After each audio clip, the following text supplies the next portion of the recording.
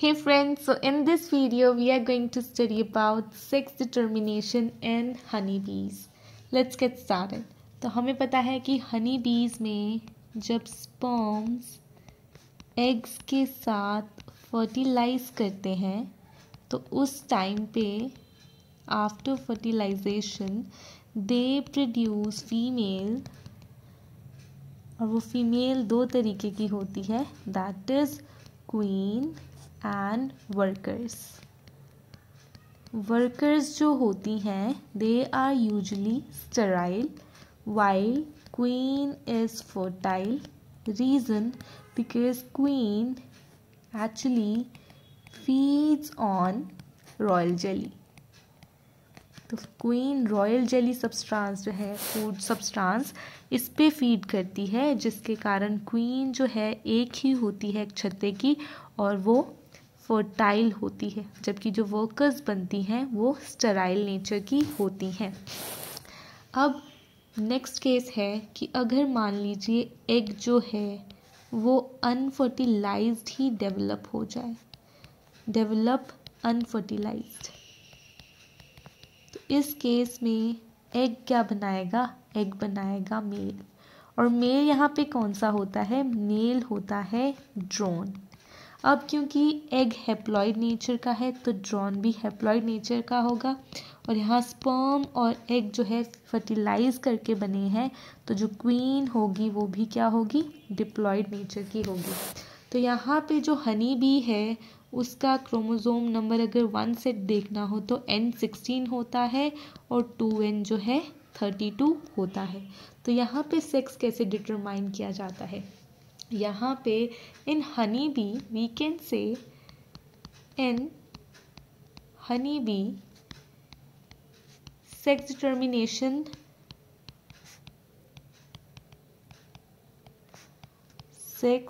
determination is based on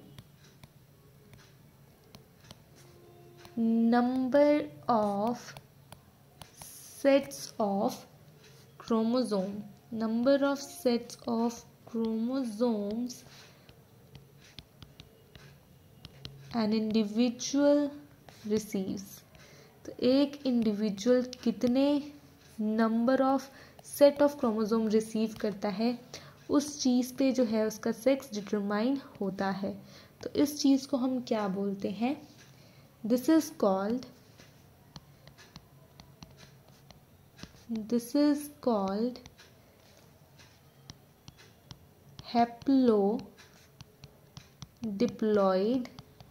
haplodiploid sex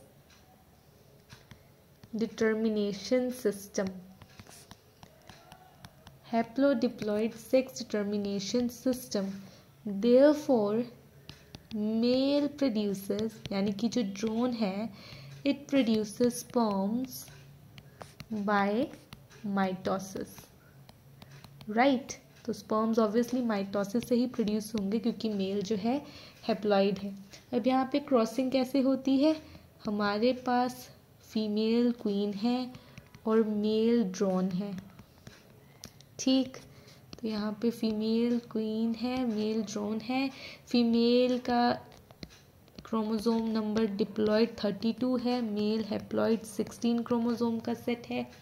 अब female जो है मियोसिस करेगी और बनाएगी एग्स. मान लीजिए उसने एग्स बनाए फीमेल ने,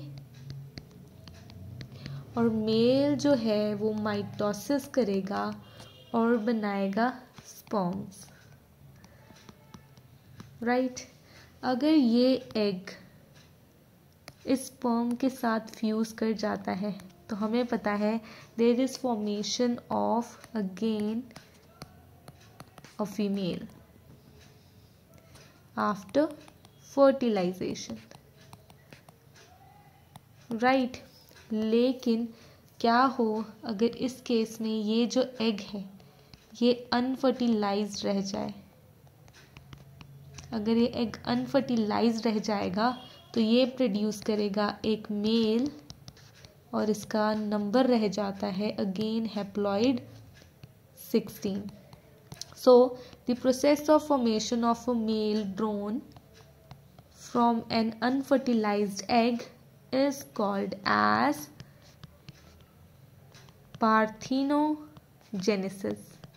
तो पार्थेनोजेनेसिस प्रोसेस से जो है एक मेल ड्रोन बनता है। अब इस केस में ये जो मेल बना है, इस मेल का यहाँ पे कोई भी फादर नहीं है। यहाँ पे हम देख सकते हैं इस मेल ड्रोन का सिर्फ यहाँ पे फीमेल क्वीन है, यहाँ पे कोई भी फादर नहीं है, राइट। तो यहाँ पे इट हैज़ नो फादर, तो ये अगर फादर इसका कोई भी नहीं है तो ये किसी का सन भी नहीं है। On the other hand what if this female further produces eggs and one of the egg remain unfertilized and through the process of parthenogenesis produces a drone। अगर ये ड्रोन यानी कि मेल बनाती है तो ये जो मेल हमारे पास बना है इसका हम देखेंगे तो इस मेल का हमारे पास ग्रैंडफादर है। इस मेल ड्रोन का हमारे पास ग्रैंडफादर है। तो this drone has got a grandfather.